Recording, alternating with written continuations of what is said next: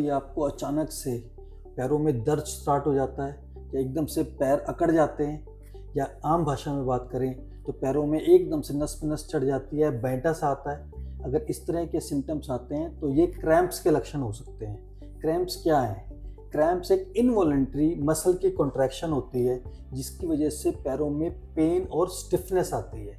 ये यूजुअली हमारी काफ मसल्स में होता है और नाइट में बहुत कॉमनली होता है, वरना ये किसी भी बॉडी पार्ट में हो सकता है। ये फुट में हो सकता है, आर्म्स में हो सकता है, हैंड्स में हो सकता है, एब्डोमेन के मसल्स में कहीं पे भी हो सकता है।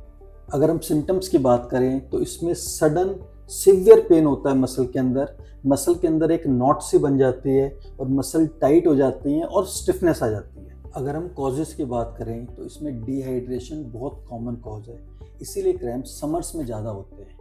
इसके अलावा इलेक्ट्रोलाइट इम्बैलेंस, सोडियम की कमी होना, पोटाशियम की कमी होना, कैल्शियम की कमी होना, मैग्नीशियम की कमी होना, इन सब से क्रैम्प्स आ सकते हैं।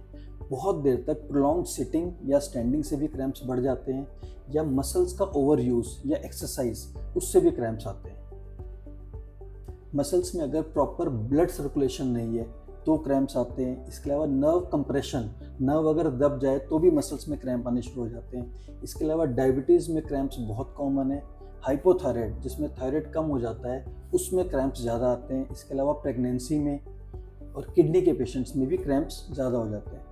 कुछ मेडिसिन्स होती हैं जो क्रैम्प्स करती हैं, जैसे डायरेटिक्स जो हार्ट के पेशेंट्स को कई बार चलती हैं, उससे कई बार क्रैम्प्स आते हैं इलेक्ट्रोलाइट इम्बैलेंस की वजह से।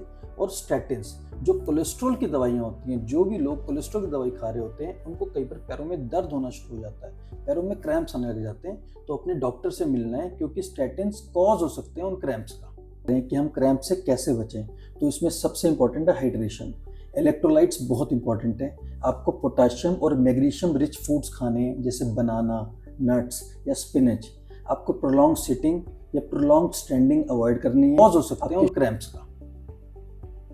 अगर हम ट्रीटमेंट की बात करें तो इसमें क्रैम्प्स आते ही आपको मसल को रेस्ट देना है, जो भी आप एक्टिविटी कर रहे हैं उसको स्टॉप करना है। और अगर हम जैसे काफ में क्रैम्प्स की बात करें तो आपको टो को अपनी तरफ स्ट्रेच करना है, आपको हीट अप्लाई करनी है, आपके शूज़ सपोर्टिव होने चाहिए और आपको रेगुलर स्ट्रेचिंग एक्सरसाइजेस करनी है। आपको क्रैम्प्स में डॉक्टर के पास कब जाना है? अगर क्रैम्प्स बहुत सीवियर हैं, बहुत फ्रीक्वेंट आ रहे हैं, अगर क्रैम्प्स की ड्यूरेशन मोर देन 10 मिनट्स हो रही है, या क्रैम्प्स के साथ स्वेलिंग या रेडनेस आ रही है, तो आपको डॉक्टर को ज़रूर कंसल्ट करना है।